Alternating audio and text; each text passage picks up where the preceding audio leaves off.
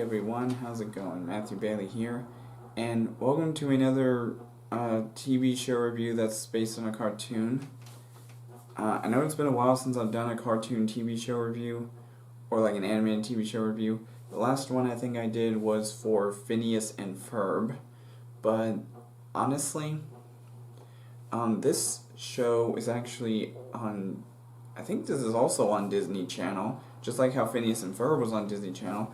Another show that I recently started watching on Disney Channel, or at least on Disney Plus per se, that I started to surprisingly find enjoying to watch was Kim Possible.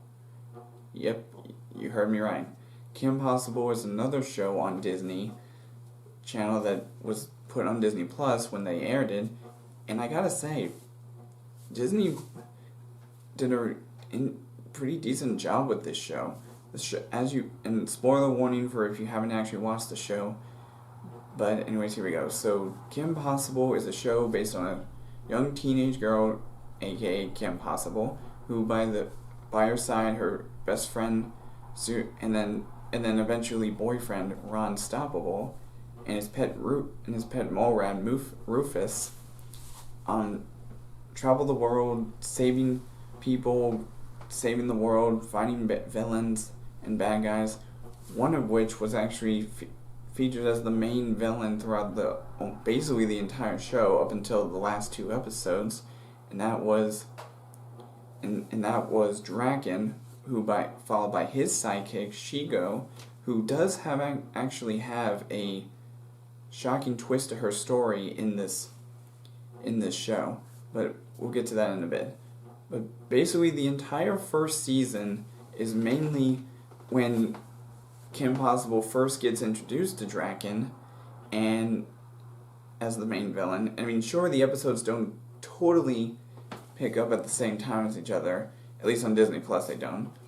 But we get Kim Possible gets introduced to Draken and Shigo during season 1, and it was insane. And then season 2 of Kim Possible was actually interesting because in season 2, we not only get introduced, one of the first major episodes in season 2 that came with a twist was the actual true origin story of the character Shigo. And Shigo, who is the sidekick to villain Draken, actually turned out to be an original hero before Kim Possible was. Yep, and Kim Possible and Ron find out the truth about Shigo and how she used to be an actual hero, part of a team of heroes, which in my mind kind of rips off the version of Teen Titans, or whatever, that team, there's a similar team in this show called Team Go, and obviously the last name of every single hero was Go. Get it? She-Go. Well, anyways, and she had a few brothers on her team. He-Go, who was the main leader of the team, who was also the manager of a Bueno Nacho, which is a fast food restaurant that Ron really likes. And he also had a few brothers, Migo, which you can tell by his name that he only focuses on himself. And then Wego, which were twin boys. And I gotta say, I was surprised that I guess I can see why Shigo kind of split the team after living with her brothers for so long after getting their powers. But honestly, one thing that surprised me was, like I said, I feel like the team of Team Go was actually kind of like a rip-off to Teen Titans, which is not a Disney Channel team, and that's a Cartoon Network team, but I think it was okay at the time. But the episode that we first get introduced to Shigo's brothers was actually interesting, and then we also kind of there's a 3-part episode. There's 3 episodes that tell a story about what would happen if Ron and Kim actually split apart and they couldn't save the world together anymore. And it also reveals to us that technically, when you think about the team of Shigo and Draken, Shigo was the real smart one in the two, because she found a way to take over the world 20 years after the events of the actual show, and even Rufus himself gets cloned a bunch, but Kim gets to travel back in time to her first day of preschool, to her first assignment, and I thought it was an interesting take on the whole time travel situation. But then, after Season 2, we move on to Season 3, and Season 3 was actually like a turning point for the show, because one of the episodes of Season 3 showed what would happen, and Kim getting what's called a modulator attached to her neck, and it would make her mood be different, and for the longest time in the episode, she was in love with Ron. I mean, we all knew eventually for those of you who watched the show, you knew that eventually those two would go from being friends to actual boyfriend and girlfriend. But that was actually officially that story of them getting together as boyfriend and girlfriend actually went down in a TV movie that took place between Seasons 3 and Seasons 4. And I believe the name of that movie was Kim Possible So Not the Drama. And like I said, that movie took place between Season 3 and Season 4. And then Season 4 picks up right where the movie left off. And Season 4, the entire time, Kim and Ron are actually together. And however, Season 4 also introduced us to the new main threat of the show, and it wasn't Draken. It was actually an alien warlord and his girl. Well, technically the girl gets introduced first, and then the guy comes in later. But basically, it was revealed that it was actually revealed that was not the best route to go for them. And another thing that actually happened in Season 4 is we get reintroduced to Team Go after Season 2's appearance, and this time a new villain that they used to face actually changes their personalities, but instead of it turning Shigo bad again, because she was already kind of bad, it turns her to being good again, and she takes a teaching job as a substitute teacher at Kim's and Ron's school, and boy, that was a big surprise to me. However, it did turn her brothers evil, and they had to try to get them back to being good, and by the end of the episode, we almost had Shigo being 100% good again, but it was Ron who unfortunately stopped those plans to keep her good, and she basically got turned into being evil again. However, like I said, another thing that got introduced in Season 4 was we did get to see a new outfit change with Kim Possible's for her mission outfit. And then the last two episodes of the show, Graduation and Graduation Part 2, was when she graduates from high school. And it was interesting because it turns out every single season she was in her 4 years of high school. And I was pretty surprised.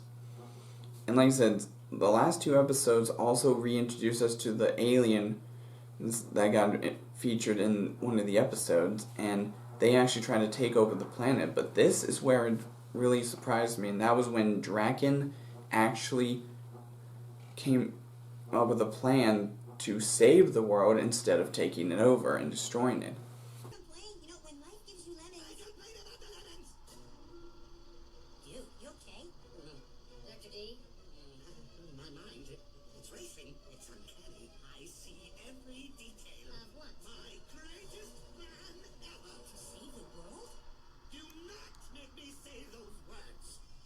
everybody was shocked, even the other villains, that he actually was the one to save the world alongside Kim Possible. And by the end of the show, basically Ron and Kim are still together after graduation, and surprisingly, well, technically not too surprisingly, Shigo and Draken started having a thing together. And I have to say, this show was really surprising. Like, I cannot believe this show actually turned out to be pretty entertaining. And like I said, I'm not sure if they're ever going to do a follow-up to the show, because I know Disney is trying to come up with new shows and a lot of other stuff, but to be completely honest, a lot of the new shows that are on Disney are not really that great. I mean, you had classic old shows like Jessie and, Jessie, you had, Bunked, a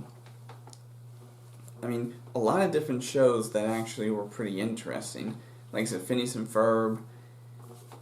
I mean, it's not just Disney that's trying to create new shows and that not a lot of people are watching nowadays. Even Cartoon Network and Nickelodeon are channels that also have old shows that are no longer airing new episodes.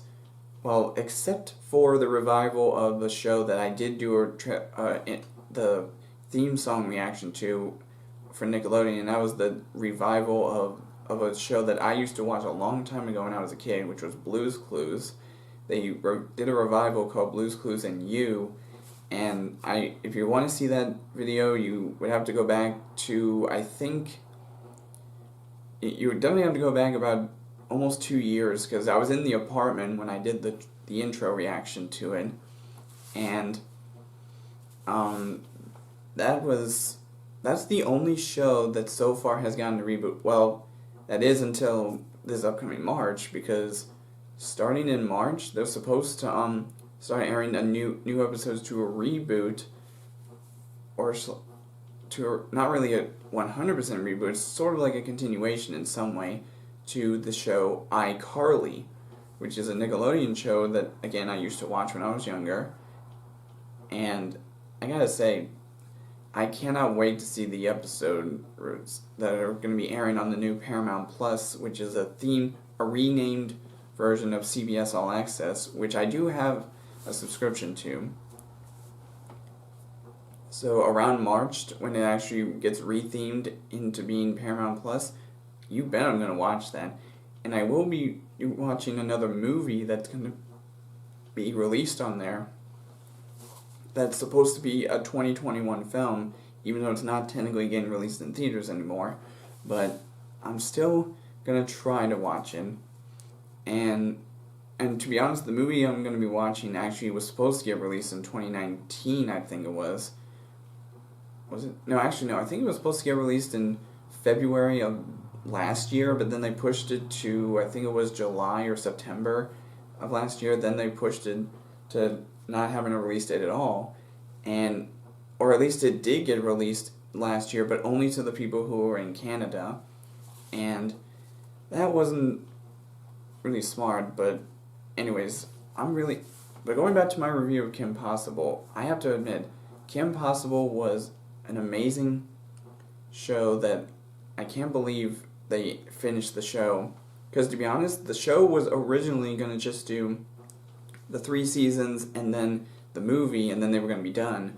But because the movie did so well, and along with the shows, they decided to revive the show for a 4th season, and that's how we got the ending that we got.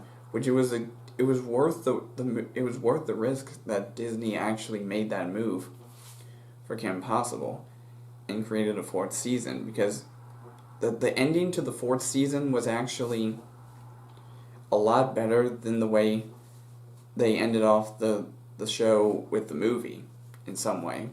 But I have to admit, I'm curious to see what the future holds for future Disney shows, future Nickelodeon shows, and future Cartoon Network shows. But anyways, that's all for now in this review of Kim Possible, and I will see all you dudes in the next video.